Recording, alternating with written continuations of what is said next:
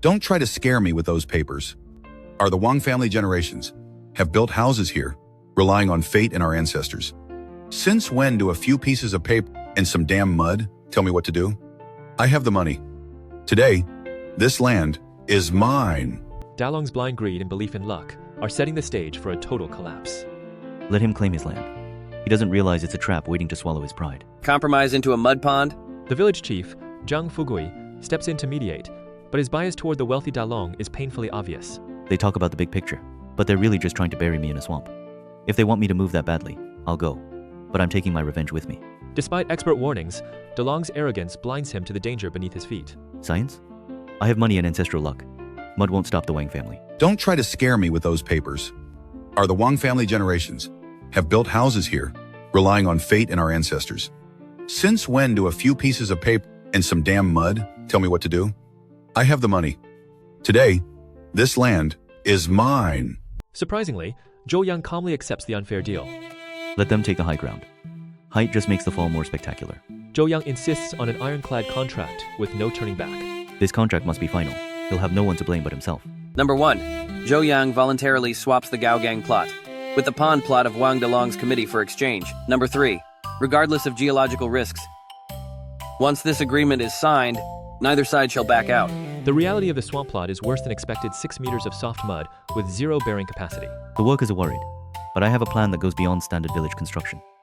We aren't just building a house. We're building a bridge to the future. For absolute stability, we must use pile foundations, transferring the building's weight directly down to the rock layer below 7 meters. A massive pile driver arrives, drawing a crowd of confused villagers. They think I'm wasting money. They don't know that only the underground matters now. From his high ground, Wang Dalong watches the construction with pure disdain. Look at this fool burying thousands of dollars in the mud. He's building a shack with the foundation of a skyscraper. What a pathetic waste. What a waste. He's throwing his money into this muddy pit and he won't get anything out of it.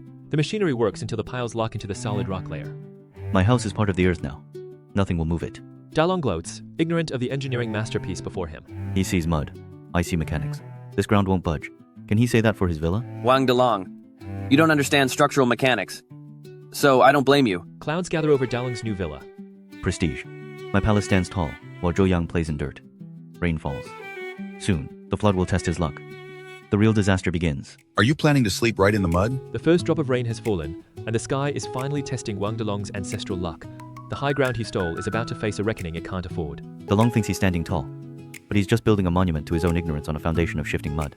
He mocks my mud pit, oblivious to the fact that his 4-story villa is a ticking time bomb. One landslide is all it takes for his dreams to crumble into a disaster. Boss Joe, this base plate thickness is way too much. It's just a single-story house. Yet you're using 50 millimeters of thickness, and the inside is filled with oversized rebar. Are you planning to build a bank vault down here? Or an air raid shelter? While Dalong decorates, I fortify my foundation with extreme precision. Heavy steel bars, overkill for a house, perfect for a fortress. I'm not just building a house, I'm anchoring my future. Concrete mixers arrive, starting a high-stakes engineering gamble. Industrial grade, concrete. No shortcuts. This will be the shield Dalong lacks. 4 fully loaded heavy concrete mixers. Enter the site now. The grade must be C30, with high-efficiency water repellent, and absolutely no adding water mid-process. Their victory lasts less than a breath. The chief joins the mockery, blind to the looming disaster. Dalong, this house is so grand. It's definitely the pride of our village. Unlike some people who are only fit to live in a concrete box for a lifetime without even enough for a coat of paint. Let them call it a box. When the hill slides, that box will be the only thing left on the map. The sky breaks. Arrogance meets the raw power of nature. Physics only cares about structural integrity, not money or family. Nature is about to settle the score on all the lawless arrogance. Water rises. Dalong's high ground is now a death trap. Look at him in his hole. He'll be begging for help soon. Zhou Yang, now you've done it. That shack of yours is about to become a swamp for turtles. Maybe Big Brother Dalong will show some mercy and toss you a couple of tires to use as life buoys? He thinks I'm drowning, but my house is a seamless, heavy-duty barge. While his villa sinks into the mud, I'll be floating on a sea of engineering logic. True quality begins to shine through the relentless flood. My foundation holds. Dalong's walls are weeping. The hill screams. Dalong's palace groans. The disaster enters its final act. Your shoes are dirty. The dirt on his shoes is the least of their problems. Those are buried deep underground.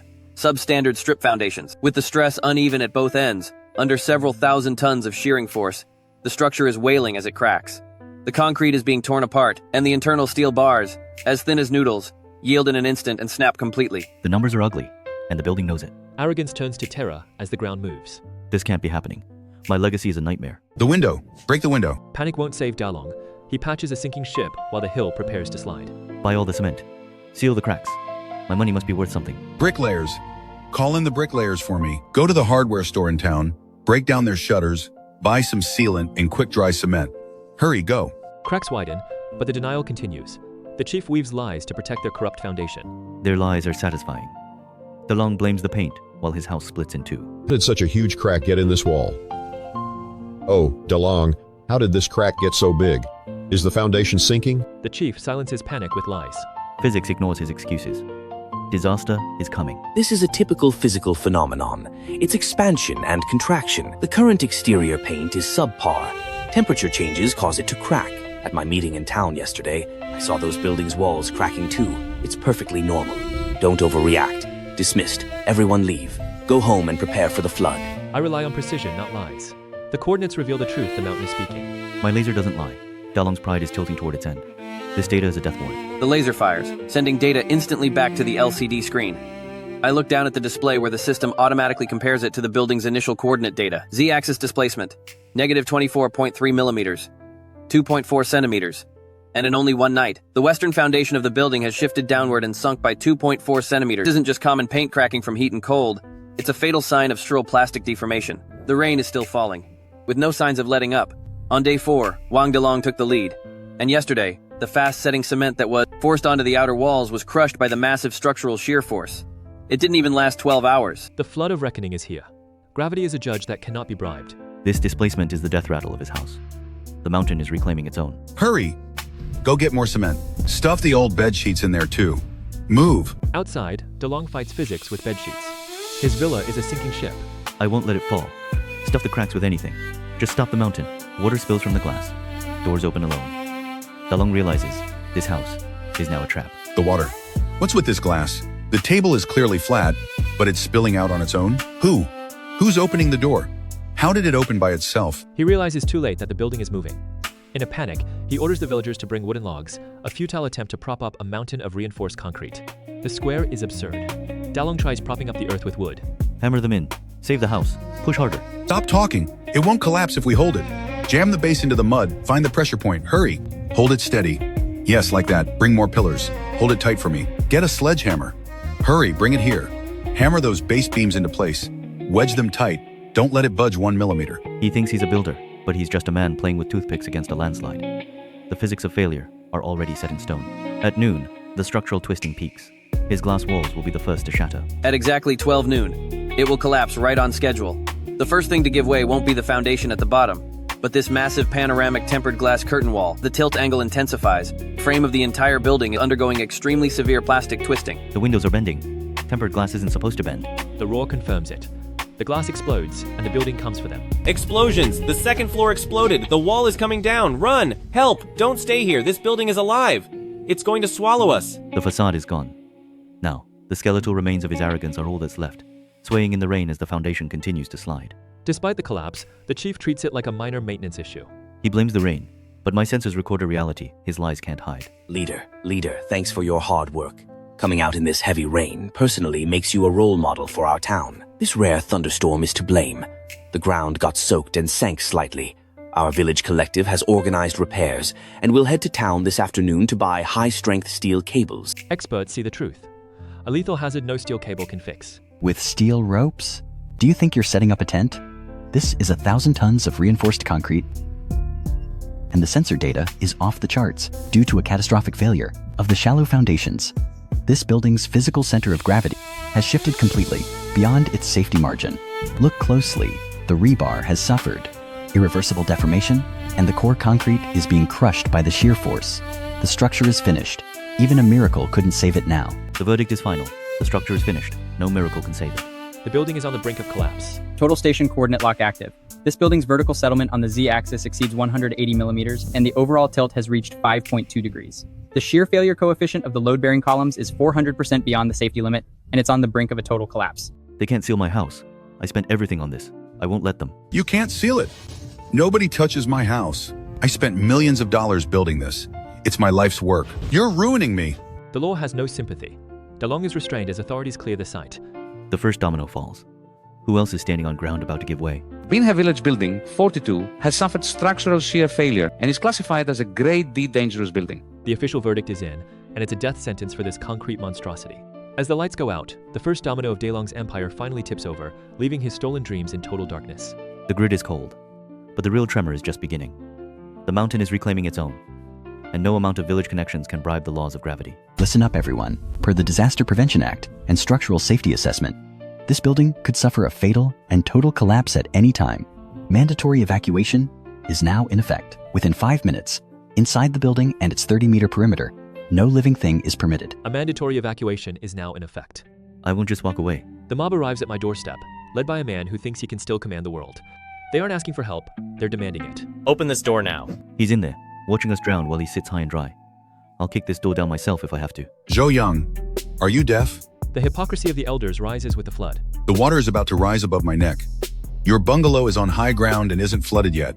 Open the door now and let my stuff in out of the rain. Do you hear me? Open up. They use family as a weapon and tradition as a shield. But I'm not a junior anymore. I'm the man holding the only dry ground in BINGE Village. They don't understand the math of survival. Based on architectural load codes, the mat foundation of my bungalow, its dead load and live load limits, at the moment the blueprints were finalized, were permanently locked. The 6 of you adults, plus the safe, cases of liquor and other supplies, by a conservative estimate, mean the added weight has exceeded 1.2 tons. If I let you force your way into my space, it would mean my foundation would have an added 1.2 tons of high-density uniform load. To physics, it's the difference between a home and a grave. Dalong tries to play the victim card, but I have something much stronger than his tears. I have a signed contract. The contract is clear in black and white. Clause 2 states clearly, after the land swap, all geological disaster risks are solely assumed by Wang Dalong. They have no connection to Zhou Yang physically or economically. I've run the numbers. Arrogance has a breaking point. And for that building, it's exactly 2 hours away. The contract is clear in black and white. Clause 2 states clearly, after the land swap, all geological disaster risks are solely assumed by Wang Dalong. They have no connection to Zhou Yang physically or economically. The countdown has begun. While they pray for miracles, the steel inside those pillars is screaming under the pressure. The warning is over. This isn't a neighborhood dispute anymore. It's a defense of my territory. There was a massive and total physical collapse. Where you're standing now is part of my private defense zone. If you try to break down my door again, I will immediately activate the high-voltage defense system. Laws of physics have no mercy. Now, take your worthless gear and get back into the mud. High voltage? He's actually going to fry us. This man is a monster, but I have no choice but to retreat into the filth. As the rain lets up, Dalong's delusion returns. He thinks he can pump his way out of a geological death sentence. Fatal? Rubbish. Now that the rain has let up, if we pump the water out of the foundation pit, the ground will harden up again and the building will be saved. Whoever gets those pumps for me, I'll give them $20,000 in cash. The crank. Engage. Dalong's greed isn't just pulling the village down, it's fueling his last desperate gamble to save a sinking ship. I don't care about the warnings. If I can just pump this water out, the ground will harden and my millions will be safe. I need to get some money and go to town to rent a place and buy food. The pumps hummed, but the physics of the soil didn't listen. Now the self-proclaimed king is looking for a way out of the mud. The villa is a death trap. I need to liquidate whatever's left and vanish before the whole thing collapses on my head. Desperate, Dalong tries to sell me his waterlogged trash. He knows the value. I just need to hide the rot. Zhou Yang, this sofa I bought from Red Star McAllen. It's genuine Siam rosewood. Though it's soaked in water, the high-quality wood remains. I'm being fair here. It originally cost $88,000. Give me $10,000 in cash, and you can take it. He's trying to sell me a soggy sponge and calling it a luxury asset. It's insulting. Hardwood? Not after sitting in a pit of acidic floodwater. I have the data right here. The moisture is just the beginning. The acid in the coal-polluted water has already eaten the wood from the inside out. I'm not buying furniture. I'm buying fuel for a fire. Every second he argues, the value drops further. The wood dissolved in acid, coal water, so it's no longer furniture. I give him a choice. Take the pocket change now, or pay someone to haul away the toxic waste tomorrow. $12? He's robbing me. But the villa is groaning behind me. I have to take it. While Dalong counts his change, my project reaches its final stage. The foundation is locked. Let gravity finish what it started. Start unloading. Lock the tracks. Set up hydraulic interface. The blister pops as bribes finally fail. Demolition makes it official. Physics is enforced. Prepare to pop the blister. Start. My life's work, my millions, all turning into a cloud of dust. This can't be happening. The dust settles. Arrogance has no structural integrity. You can't bribe the weight of the world. It's finally over. Arrogance defying science is ultimately crushed by gravity, erasing everything completely. The villa is gone. The investigation begins. Zhou Yang, everyone has moved away. The power lines are being removed. So, why cling to this piece of concrete like a hermit? Come with me to town. There is still a spot in the relocation program. The ruins are quiet, but the investigation howls. The chief can't hide from my paper trail. He's trying to bury evidence before the audit. This swamp is the bedrock of future expansion. I built on the future. Zhang Fugui, based on evidence from the Town Planning Committee and the audit report, during your tenure, you approved land swaps illegally and are suspected of cutting corners on projects. You are now under arrest. Sirens cut through the mist, surprising the chief. Influence evaporates. Gravity and the law pull you down when shortcuts fail. My protector's in chains? This wasn't the plan. Who will pay for my losses? One house remains unshakable amidst the debris. Arrogance was the flaw. I built a trap with physics while they bet on connections. In this contest that transcends time, politics, and human relationships, Wang Dalong lost to his ignorance, the village chief lost to his arrogance, and as the sole winner, I simply followed the most basic laws of physics. In this universe of gravity and structural mechanics, only things built on a solid foundation are worthy of a future.